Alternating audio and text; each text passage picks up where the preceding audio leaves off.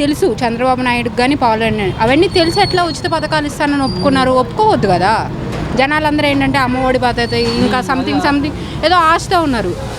Government పథకాలన్నీ వచ్చాయంటారా? మొత్తం వచ్చినాయి. నాకు 4 సంవత్సరాలు పడ్డాయి. రుణమాఫీ జరిగింది అండ్ అమ్మఒడి జరిగింది. ఇంకా మా మమ్మీకి సంవత్సరం 16,000 వేశారు. మా తాతయ్య వాళ్ళకి మా అమ్మమ్మ వాళ్ళకి మొత్తానికి అంటే వాళ్ళు ఏదో గొప్పగా చెప్పారని నాకైతే రాజకీయం గురించి తెలీదు. నేను మాత్రం పథకాలు అయితే తీసుకున్నాను, అది ఒప్పుకుంటా. కానీ ఇప్పుడైతే వాళ్ళు అప్పులు ఉన్నాయని చెప్తున్నారు. మరి అప్పులు ఉన్నాయని చెప్పినప్పుడు పథకాలు ఎట్లా ఇస్తానని మాట ఇచ్చారో నాకైతే తెలీదు.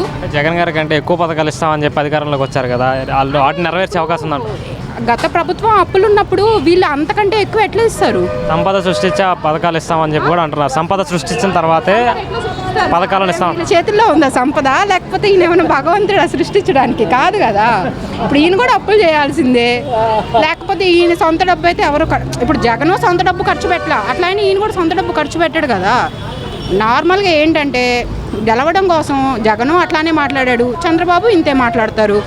జనాలు ఏంటంటే టోటల్గా పిచ్చోళ్ళు అంతే. కాకపోతే ఏంటంటే జగను ఏదో చేయడంలో లోటుపాటు ఉండటం వల్ల ఈ చంద్రబాబు గెలిచాడు. చూడాలి మరి. ఇక మొన్నటి వరకు అమ్మఒడి అన్నారు, ఇప్పుడు ఏమంటున్నారు? అంటే తల్లికి వందనం కింద ప్రతి ఇంట్లో ఎంతమంది పిల్లలు ఉంటే అంతమందికి 15,000 చొప్పున ఇస్తాము అని అన్నారు కదా. ఒకసారి వేసిన తర్వాత వేసారని ఒప్పుకుంటాం మేము కూడా.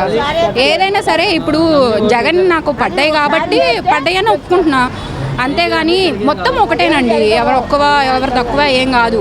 ఎవరు వాళ్ళ డబ్బులు అయితే తీసి ఖర్చు పెట్టరు.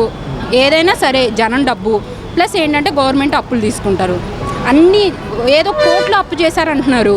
మరి అన్ని అప్పు ఉందని చంద్రబాబు ఆయనకి తెలుసు కూడా మరి ఎట్లా పథకాలు ఇస్తారు? ఇప్పుడు ఆయనకంటే ఇంకా డబుల్ చెప్తున్నారు పథకాలు. నెల 1,500 వేస్తా అంటున్నారు, ఎంతమంది ఉంటే అంతమందికి వేస్తా అంటున్నారు. ఇంకా అవన్నీ జరగనియండి.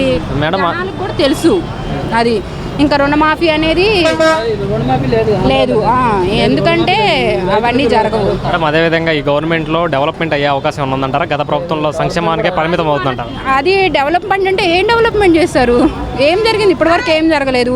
డెవలప్మెంట్ నాకైతే నమ్మకం లేదు. వాళ్ళది జరిగిందని నమ్మకం లేదు, ఇది కూడా జరుగుతుందని నమ్మకం లేదు. పోలవరం పూర్తికి ఏ సహకారం కావాలన్నా మేము అందజేస్తాం. అయిన తర్వాత అప్పుడు మాట్లాడుకోవాలి. జగన్ అన్నాడు నేను చేస్తా 5 సంవత్సరాల్లో అని. ఇప్పుడు అది కూడా ఏదైనా సరే మాట అనేది ముందు ఎవరైనా చెప్తారండి, అది జరగాలి. జరగనప్పుడు మాట్లాడుకోవడం అనవసరం కదా. 15వ తారీఖు నుండి మహిళలకు ఉచిత బస్సు ప్రయాణం అంటున్నారు, ఎలా ఉండబోతుంది? అవనివ్వండి, అది కూడా ఎంతవరకు అవుతుందో చూద్దాం. ఏదైనా జరిగేంత వరకు నమ్మకం లేదండి. ఇప్పుడు రాజకీయాలు అట్లా మారిపోయాయి. ఏదైనా జరగాలి అని మనం అనుకోవాలి. అదైతే మన చేతుల్లో లేదు. కేంద్రం చేతుల్లో, ప్రభుత్వం చేతుల్లో, వాళ్ళ చేతుల్లో ఉంది. కానీ మనకైతే తెలియదు కదా. జరిగితే మంచిదే అంటారా? మంచిదే కదా. ఇప్పుడు ఒకరిని పొగట్లేదు, ఒకరిని తిట్టట్లేదు, మొత్తం ఒకటే అని చెప్తున్నాం అంతే. నేనైతే అదే చెప్తాను. ఇప్పుడు ఆయన ఉద్ధరించింది లేదు, ఈయన ఏం ఉద్ధరిస్తాడో తెలీదు. పథకాలు ఇస్తే సోమరిపోతులు అవుతారని చెప్పిన్నారు.